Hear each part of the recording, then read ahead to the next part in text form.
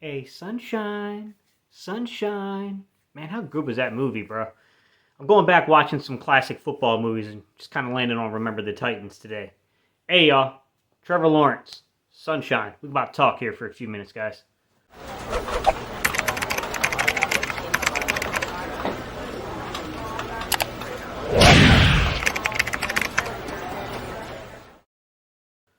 What's up, Cerebral Football fans? My name is Steven Hyder. This is Gate City Sports Channel. If you're new to the channel, it's maybe the first, second, third time you caught my content, and you will enjoy today's discussion. We're on a journey. We're on a path. We just crossed over 6,400 subscribers. We're heading towards 7,500. I would love for you to be a part of that equation. Join the Cerebral Football community. Just need you to hit that subscribe button to do that. To my OG subscribers, hat in hand, you already know what I'm asking you to do, guys. Hit the thumbs up button. Smash that like button. Help me spike the algorithm and get this in front of new people that we could potentially convert into our little audience here on YouTube. All right, y'all. Today's topic, Trevor Lawrence, a.k.a. Sunshine. Anytime we have the opposition coming in here, and I'm trying to get myself familiar with their quarterback. There are two deeper levels to the analytics I like to look at to kind of measure and stack up where this guy is. The number one thing I like to look at is, what do you do on third down, right? Tell me about your production on the money down. And then the second thing I like to look at is when the play breaks down, right? When it's no longer designed and it's just your instinct, show me what you can do versus pressure. Because those two stat lines in particular tell you about how well a guy's actually playing. And to be real about Trevor Lawrence, and I'm going to give you the numbers here in a minute, he's ascending. He's an ascending player. These numbers are not perfect. There's still some area for growth here. But I can definitely tell this is an ascending football player.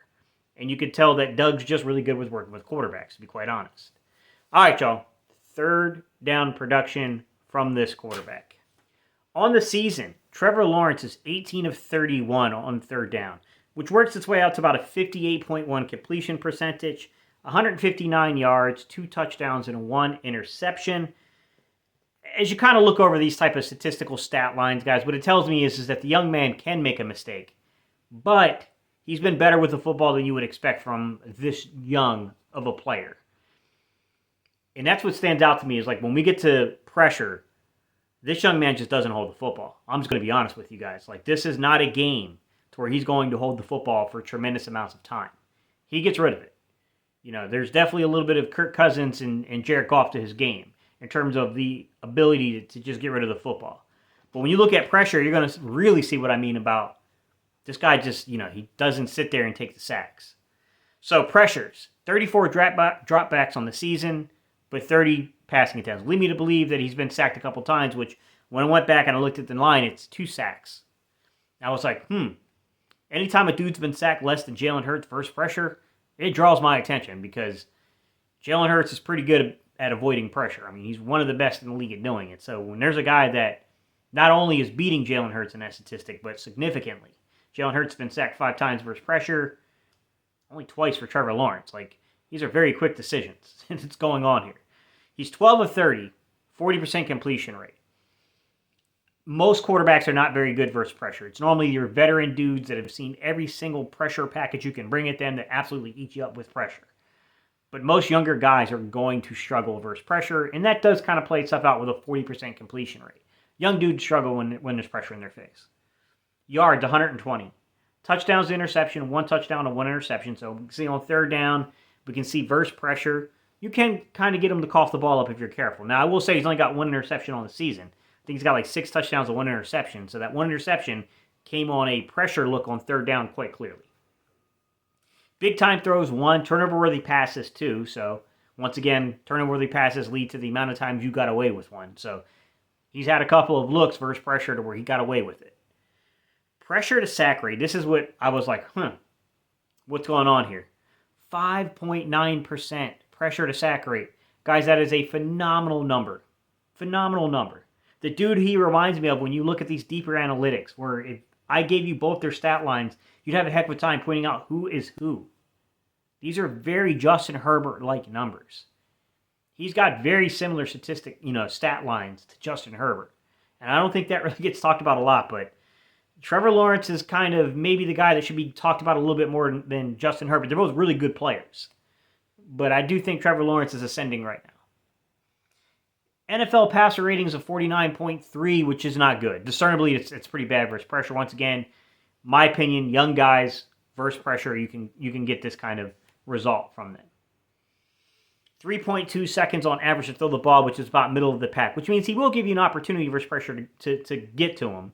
Anytime you can get a quarterback over 2.5 seconds, you have an opportunity as a defensive line to make a play. You need about 2.5 seconds, though. If you got a guy that's just getting the ball out underneath 2.5 seconds, good luck getting sacks against him. You might get a lot of pressure, but you're not going to necessarily get sacks. So the question really becomes, as we look at this matchup between the Philadelphia Eagles versus Trevor Lawrence, what can we do to make this young man hold the ball long enough for the defense to get home? And this has been the Achilles heels of the Eagles, right? When we played Jared Goff, we kind of gave up the underneath stuff, and he kind of took the underneath stuff, especially in the second half of the game. There was a period of time where we did have like 4 or 5 consecutive either 3-year outs or a turnover that occurred. So we did dominate them for a period of the game, the Lions. But when we kind of relaxed, he moved the ball on us with ease. Then we went into the Kirk Cousins game, and no one saw that one coming. That Kirk Cousins, we knew, was going to get rid of the football. He's not going to take hits. But we were able to basically manufacture pressure that led to turnovers. I think you're kind of looking at a similar matchup here versus Trevor Lawrence. You got a young quarterback who's very talented, who gets the ball out fast. I'm not going to sit here and say that Trevor Lawrence is, I don't want to say skittish, because skittish isn't the right word, but Kirk Cousins does not like to be hit. I'm just going to be honest.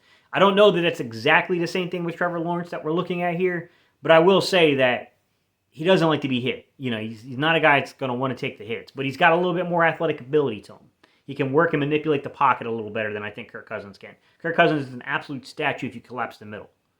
I don't know that that's particularly true when you look at guys like Justin Herbert and Trevor Lawrence. I think there's a little bit more given ability there, right? Joe Burrow's another guy, not necessarily the same type of player, but a guy that's not, you don't think of him as a dual threat per se, but he's got some decent mobility to him. He can move and manipulate the pocket a little bit. So, it's really about coverage. I hate to say it, guys. This is about coverage. Jonathan Gannon, simply put, you can't sit back in comfortable zones. You can't just be 7-8 yards off these guys. If we play 7-8 yards off of them, I think Trevor Lawrence is the type of matchup with Doug Pederson as the head coach. It's going to say, take what we give you, trust that I can manipulate things well enough in the red zone to put points on the board. Because that's kind of the game that Gannon likes to play versus certain types of quarterbacks. He wants to try to force you into the longer you hold the ball, the more likely you are to make a mistake, and it worked against Kirk Cousins. This is the next test. We talked about the litmus test being Kirk Cousins. Well, I'm going to be honest. If you look at the underlying analytics, Trevor Lawrence is having a more productive season than Kirk Cousins. Significantly better. Like I said, he reminds me a lot of Justin Herbert from the film and the analytics. There's a little Justin Herbert to his game. Justin Herbert kind of shocked us when he came out and played us last year because I think he averaged, I want to say it was something like 2.26 or 2.3. It was significantly below 2.5 seconds per pass attempt.